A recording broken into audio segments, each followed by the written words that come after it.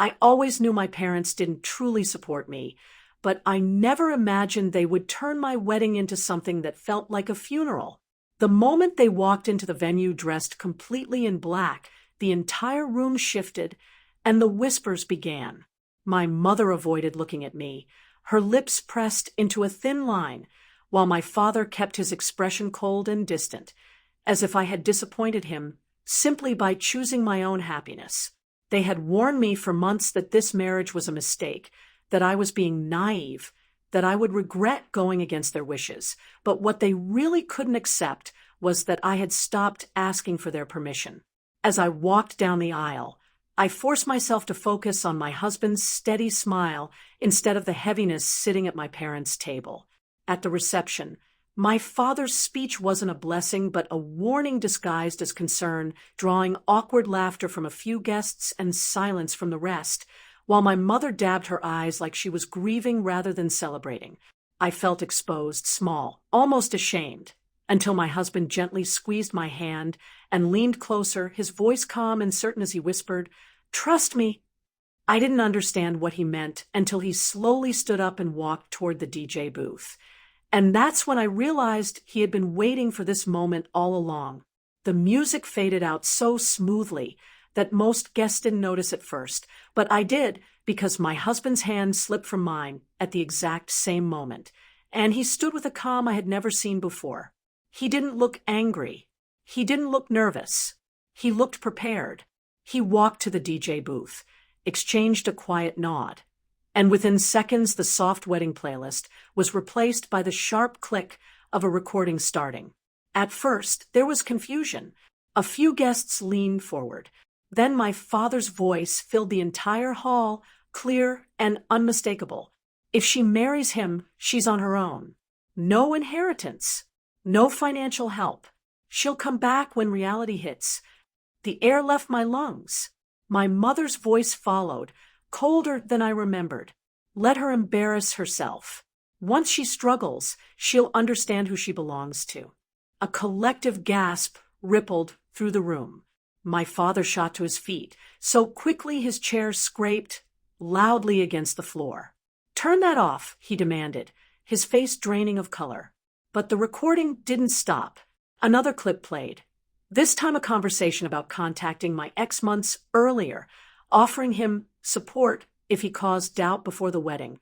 "She needs to learn she can't survive without us." My mother's voice echoed again, steady and deliberate. Every whisper in the room shifted direction. They weren't whispering about me anymore. They were staring at my parents. My husband stepped forward, not raising his voice, not dramatizing the moment. "These are your voicemails," he said calmly, saved automatically. My father tried to laugh it off, but it came out strained. "This is manipulation." My husband met his gaze evenly. "No, this is truth." I finally stood up, my hands no longer shaking, but steady, grounded. For years I had been painted as emotional, impulsive, dramatic, but there was nothing dramatic about evidence, nothing emotional about facts. My mother looked at me, then, not with anger, but with something closer to fear. "We were protecting you," she said quietly. I shook my head. "You were controlling me."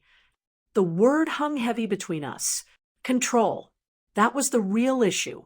Not love. Not concern. Control. Around us, guests avoided eye contact with my parents. Some picked up their phones. Others simply stared. The power in the room had shifted so completely it was almost physical. My father's voice lowered. "You're making a mistake." For the first time in my life, I didn't feel small hearing that sentence. I felt free. "No," I replied calmly. "I'm correcting one." Silence. Thick. Unforgiving. My husband returned to my side, his presence steady and protective, but not overpowering. He hadn't spoken for me. He had simply revealed what they tried to hide. My father looked around, realizing there was no audience left to intimidate, no narrative left to twist. He grabbed my mother's arm, muttering something under his breath, and began walking toward the exit. They didn't say goodbye. They didn't apologize. They didn't bless us. They just left, quickly, quietly, like people escaping exposure. The doors closed behind them with a soft thud, but the message they tried to bury echoed louder than any music ever could.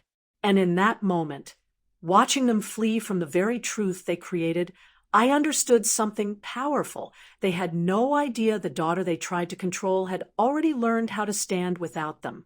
After the doors closed behind them, the silence didn't feel heavy anymore. It felt clean, like the air had finally been cleared. No one rushed after them. No one defended them. The whispers slowly faded, and the music returned, softer this time, steadier. I stood there in my wedding dress, not shaking, not crying, just breathing. For years I thought this moment would break me, public disapproval, their dramatic exit, the fear of losing my parents in front of everyone. But instead of breaking, something inside me settled. I wasn't the embarrassed daughter anymore.